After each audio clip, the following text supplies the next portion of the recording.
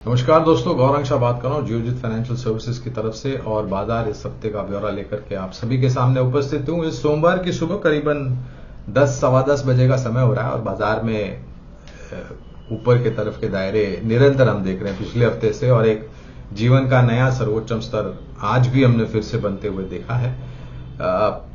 25,900 के पार के स्तर हम देख रहे हैं फिलहाल। आगे बढ़ने से पहले कुछ स्तर आपको बता देता हूं। सेंसेक्स निफ्टी, बैंक निफ्टी, रुपए डॉलर और कच्चे तेल के।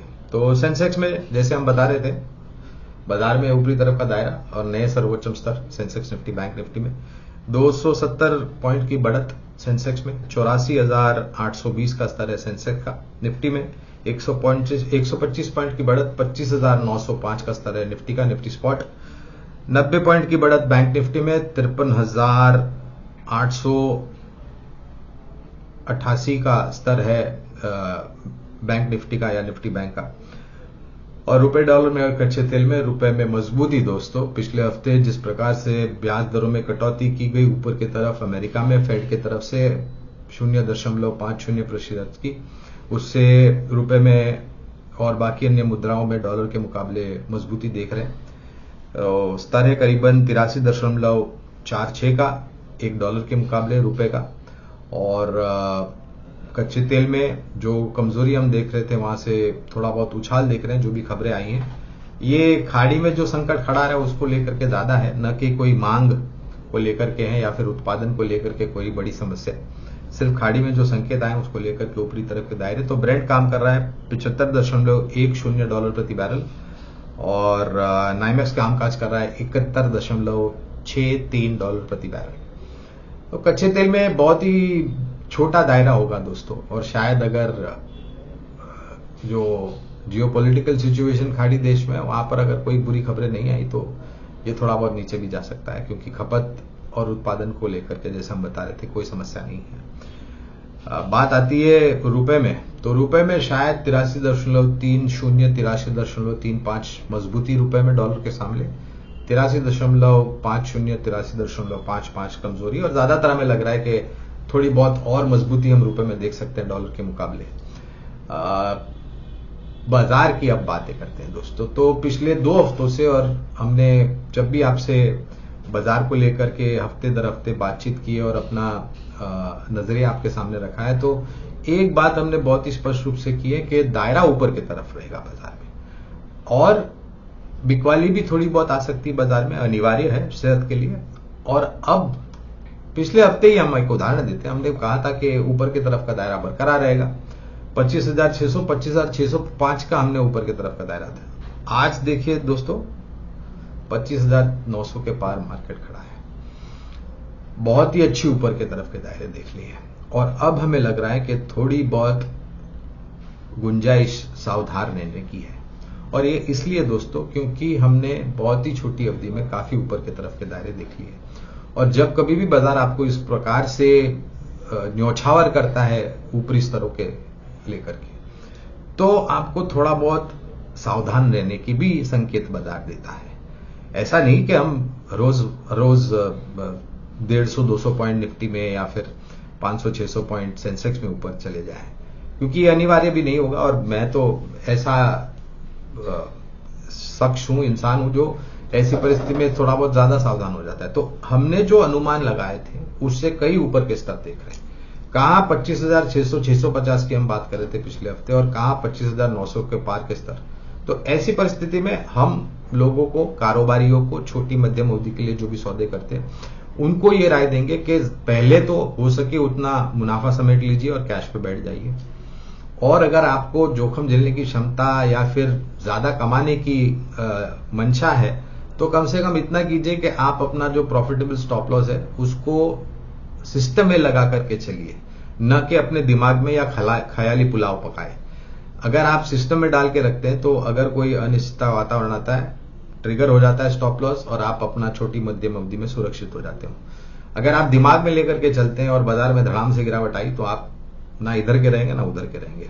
और दूसरी मुसीबत यह है कि ज्यादातर लोग ये जो एफएनओ पुट कॉल में करते हैं वो एक तरफा नजरिया लेते हैं, या तो बिकवाली की या तो खरीदारी का। कोई अपने संतुलन बना करके नहीं चल रहा है, कोई हेज करके नहीं चल रहा है।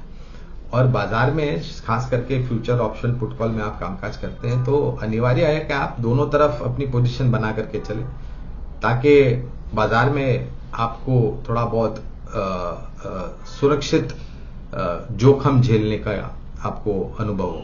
अगर आप एक तरफा बनाते हैं पोजीशन, चाहे बिकवाली के तौर पर या फिर खरीदारी के तौर पर, और एक बाजार में विपरीत परिस्थिति हो गई, अगर आपने खरीदारी करी है और बाजार में बिकवाली हो गई तो नुकसान। अगर आपने बाजार में बिकवाली की है और अगर खरीदारी आ गई तो वहां पर भी नुकसान। और बाजार में हमने देखा है दोस्तों कि ऐसा बहुत बार हुआ है कि दोनों तरफ के सौदे कट गए, दोनों तरफ के कारोबारी कट गए। जिसने तेजी की उनके भी गले कट गए, जिसने मंदी की उसके भी गले कट गए। तो अनिवार्य है कि आप अपनी पोजीशन हेज करके चले ताकि कोई अनिश्चितता का सामना आपको न करना पड़े। ये हम बात कर रहे हैं केवल मात्र छोटी मध्यम अवधि के लिए, जिन लोगों जो कारोबार करते हैं, खास करके इसलिए क्योंकि इस हफ्ते को गुरुवार को महीने की एफएनओ की एक्सपायरी है दोस्तों, और सर्वोच्चम स्तर के आसपास बाजार। तो और थोड़ा बहुत ज्यादा ओवरबॉट भी लग रहा है हमें। अंग्रेजी भाषा का अगर आप प्रयोग करें तो वो शब्द है ओवरबॉट, यानी कि जरूरत से ज्यादा उम्मीद के ऊपर चला गया बाजार। और जैसे मैंने बताया गुरुवार को महीने की एफएनओ एक्सपायरी, तो ये जो समीकरण है ये थोड़ा घातक समीकरण है, इसलिए थोड़ा सावधान सचेत हो जाए और ज्यादा से ज्यादा मुनाफा समेट लें। अगर आप निवेशक हैं निश्चिंत रहे, बाजार में और ऊपर की तरफ के दायरे होंगे। और एक बात है दोस्तों, एफएनओ के एक्सपायरी के साथ साथ अगले महीने 10-12 तारीख से दूसरी तिमाही के नतीजे के आगमन हो जाएंगे, पर्दा उड़ जाएगा और फिर हम बात करेंगे कौन सा क्षेत्र, कौन सी कंपनी, किस प्रकार के आंकड़े वगैरह वगैरह वगैरह। तो परिस्थिति तो काफी सकारात्मक लगती है। और छोटी मध्यम अवधि में अगर, और बाजार ने एक इतिहास बनाया कि जब कभी भी सर्वोच्चम बाजार बना है, नया इतिहास बना है, तो हम दायरेबंद कारोबार, रेंज बाइंग ट्रेड जिसे हम कहते हैं, या फिर मुनाफा वसूली की थोड़ी बहुत चपेट में आते हैं और फिर वापस ऊपर की तरफ के दायरे। तो दशा और दिशा ऊपर की तरफ है, सिर्फ एक ही है, अनुमान से ज्यादा ऊपर गए, इसलिए सचेत होने की जरूरत। और एफएनओ एक्सपायरी महीने की इस हफ्ते जो आंकड़े विदेश से आए हैं, विदेशी संस्थागत निवेशकों की तरफ से, वो बात बहुत योगदान दे रहे हैं। ये जो ऊपरी तरफ के हम स्तर देख रहे हैं, क्योंकि बहुत बड़ी मात्रा में विदेशी संस्थागत निवेशकों ने खरीदा। पिछले महीने बिकवाली की तरफ थे और अब तक इस महीने में सितंबर में नेट जो आंकड़े आए हैं वो खरीदारी की तरफ है, शायद वो और भी आते हो जाएंगे। अलग अलग केंद्रीय बैंक ने दरों में कटौती की बात की है। पिछले हफ्ते फेड ने जो कटौती की बात की उसको चलते हुए अब ये हमारे बाजार में लोग चर्चा करते हैं, जो बहुत ही बुद्धिमानी जीव होते हैं, कि भाई फेड ने रेट कट की है अमेरिका में तो हमारे यहां भी। ऐसा नहीं है दोस्तों। मेरे ख्याल से हर एक देश की अर्थव्यवस्था, हर एक देश की केंद्रीय बैंक, हर एक देश के केंद्रीय मुखिया जो होते हैं वो अपनी सोच विचारधारा लेकर के चलते हैं। अपने देश की जो विकास दर है, महंगाई दर है, उसका आकलन लेकर के चलते हैं। तो ये कहना कि पावेल साहब ने रेट कट की है 50 बेसिस पॉइंट की, इसलिए दास साहब को हमारे यहां पर करना, ये अनिवार्य नहीं है। परिस्थिति हर एक देश में अलग अलग होती है, आंकड़े अलग अलग होते हैं, महंगाई के जो स्तर होते हैं वो अलग अलग होते हैं, विकास दर के स्तर होते हैं वो अलग अलग होते हैं, और बाकी अन्य अन्य जो कारण है बहुत सारे वो भी अलग अलग होते हैं। तो हमें मेरे ख्याल से पूर्ण विश्वास रखना चाहिए गवर्नर साहब के ऊपर, मॉनेटरी पॉलिसी कमेटी के ऊपर, और उनके हिसाब से जब उनको अनिवार्य लगेगा तब रेट कट आ सकती है, उसमें कोई दो राय नहीं है। लेकिन ये कहना कि नहीं फलाना ने किया इसलिए हमको भी ये करना है, ये मेरे ख्याल से अनिवार्य नहीं है। तो जब रेट कट आएगी तब आएगी। हम बात करते हैं बाजार की। तो दूसरी तिमाही के नतीजों में हमें लग रहा है कि सकारात्मक परिस्थिति।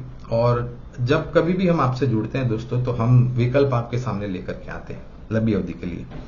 पहले तो दो स्तर बता देता हूं निफ्टी के, ऊपरी तरफ और निचली तरफ, जो हर बार हम चर्चा करते हैं। तो निचले तरफ 25,300, 25,400।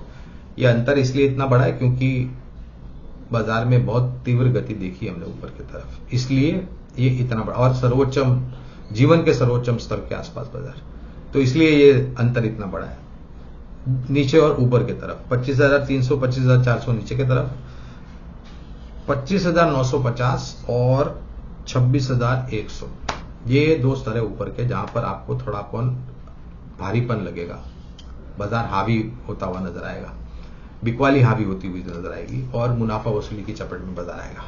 तो ये दो स्तर ध्यान में रखिए दोस्तों, 25,300, 25,400 नीचे की तरफ 25,950, 26,100 ऊपर की तरफ, और ये दायरा इसलिए इतना बड़ा है। हर बार जब हम आपसे जुड़ते हैं सोमवार को तो दो विकल्प आपके सामने रखते हैं बुनियादी तर्क के आधार पर लंबी अवधि के लिए। आज बेहतरीन विकल्प बहुत ही अद्भुत क्षेत्र से, अलग अलग दोनों है। रक्षा क्षेत्र से जुड़ी हुई दूरसंचार उपलब्ध कराने वाली कंपनी एस्ट्रा माइक्रोवेव अच्छा खासा कामकाज करती है दोस्तों ये रक्षा क्षेत्र के लिए, और बहुत अच्छी ऑर्डर बुक है, अनुभवी भी है ये कंपनी कामकाज को लेकर के, और क्षमता भी इनके पास बहुत बड़ी है। 1000 के पार के अनुमानित लक्ष्यांक है आने वाली तिमाही के नतीजों पर, और अगर नतीजे उससे बेहतर आए तो शायद इस लक्ष्यांक को हम और भी ऊपर की तरफ लेके जाएंगे। लेकिन जिस प्रकार से रक्षा क्षेत्र में, और मोदी प्रधानमंत्री जी मोदी जी अमेरिका के दौरे पे हैं, बहुत सारे हस्ताक्षर भी किए हैं, बायलैटरल ट्रेड काफी कुछ हुए हैं, डिफेंस को लेकर के, बाकी अन्य चीजों को लेकर के, चिप्स और सेमीकंडक्टर लेकर के, वगैरह टेक्नोलॉजी ट्रांसफर, तो शायद एक मौका है लंबी अवधि के लिए निवेश करने के लिए एस्ट्रा माइक्रोवेव 1000 के पार के लक्ष्य। दूसरी कंपनी है दोस्तों सरकारी कंपनी कोल इंडिया। खदान, कोयले की खदान में ये सबसे बड़ी कंपनी है, और पूरे विश्व भर में सबसे ज्यादा कोयले के खदान कोल इंडिया के पास है। कुछ समय पहले कोयले के उत्पादन को लेकर के और कोयले की क्वालिटी को लेकर के थोड़ी बहुत अनिश्चितता के वातावरण थे, लेकिन अब वो इतिहास हो चुका है। निरंतर सुधार आउटपुट में और कोयले की क्वालिटी को लेकर के अच्छी परिस्थिति, ई ऑक्शन के द्वारा मार्जिन्स रियलाइज अच्छे होते हैं, और उसके कारण शुद्ध मुनाफे में आपको एक निरंतर सुधार होता हुआ नजर आएगा। और डिविडेंड पेइंग कंपनी है दोस्तों, सरकारी कंपनी है, तो अच्छा मोटा डिविडेंड भी देती है। 600 के पार के लक्ष्यांक है अनुमानित आंकड़ों के आधार पर, जो भविष्य के आएंगे उसके आधार पर।